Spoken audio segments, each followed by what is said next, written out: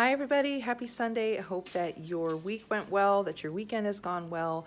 I am here to talk a little bit about meal prep. I have not done meal prep series for a couple weeks. I was out of town last weekend surprising my grandmother for her 89th birthday. So I'm back at it. I just wanted to go over a few things to kind of show you what meal prep looks like for me each week. This is something that I do pretty much religiously every week unless there's something going on Sunday and I'm not able to fit it in. I may do it on Saturdays. I might even push it to Monday as well if, something happens and we just, we have other things that come up and I can't get to it. Or if I'm out of town, which was kind of the case with this past weekend, I didn't get home till Monday. I was exhausted and then had to hit the ground running with teaching boot camp and everything. And so I made meals throughout the week to cover the bases and to make sure that I was hitting my macros right on point. And so today has been a great day, got a lot done, and now I have the meals ready to go. And so I'm going to go through one by one, basically how I set up my week.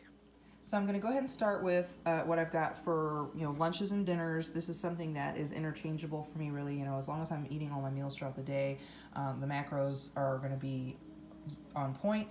And so what I've got here, I'm using some Banza chickpea pasta, which is actually really good option if you're looking for something that's a little bit lower in carbs and higher in protein. It's actually really close to regular pasta. It tastes great.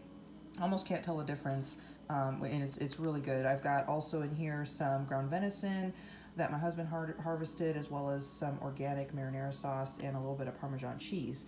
The next meal I have, I've actually got a variety with the meats here of so the seeds of change, brown rice and quinoa that I absolutely love, some frozen broccoli florets, and then I have baked chicken. I actually seared it on both sides before I put it in the oven to get it ready. Riley's trying to come and get a little smell so he can have some. He's already gotten like the juice and stuff with his dinner, so he's coming back for more. But I've got my baked chicken here, and then in this one I have some venison steak as well. So I have cooked that already ahead of time. I did make sure to do it kind of medium rare because I do like to have my steak a little bit tender. If you like it well done, that's all well and good, but sometimes it can get kind of tough, especially when you reheat it. The next thing that I have is some of my snacks. So I've got my favorite of all time, the Siggi's 4% fat. This is a strawberry rhubarb. I absolutely love this flavor. It is my absolute favorite. Macros on it are really good. It is higher in protein and lower in sugar than a lot of the yogurts you'll find. And so this is something that I'll have as one of my snacks with some rice cakes, which I don't have out. I do also have individual baggies of carrots, which I will pair with some hummus. I was at Fresh Thyme the other day, actually yesterday, and I came across the Cedars Organic. I'm always a sucker for the Mediterranean style, and so I'm excited to try this. I have not had this brand before, but it looks delicious, and a plus is that it's organic, so you know that you're getting good quality stuff. The next thing I have is, of course, some hard-boiled eggs. I was going to do egg muffins, but I realized that I forgot to grab egg whites. I did have my son with me, so it was a little chaotic, so I did forget those, but my husband boiled some eggs for me, so I will have these on hand to pair with my veggies and hummus. The other thing that I have coming in clutch in the event, of a really busy day and just, to have a little bit of a treat is the Level 1 bars.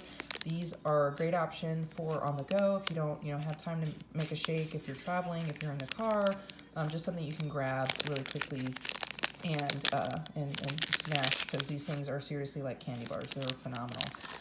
The other thing, of course, I always keep my Level 1. This is something that is great for meal replacement.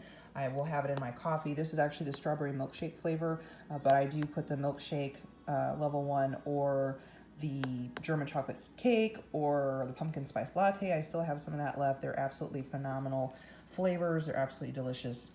And so that's basically what I have for my spread. I will be preparing one meal for dinner, which is also, I have it already tracked, but I will be making those throughout the week. The nights that I have off, because my family, we do like to enjoy home-cooked meals from time to time.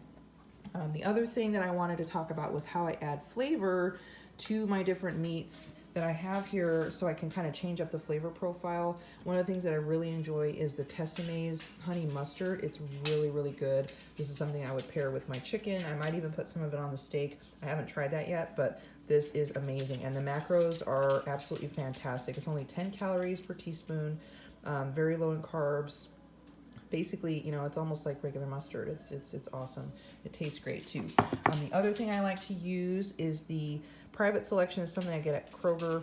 The mango Scotch bonnet. My friend Corey got me onto this, and it is absolutely delicious. It's a little spicy, a little bit sweet, and it is delicious on, you know, chicken. I have not tried it on steak, but I will definitely have to give it a shot because it's got a really good flavor going to it.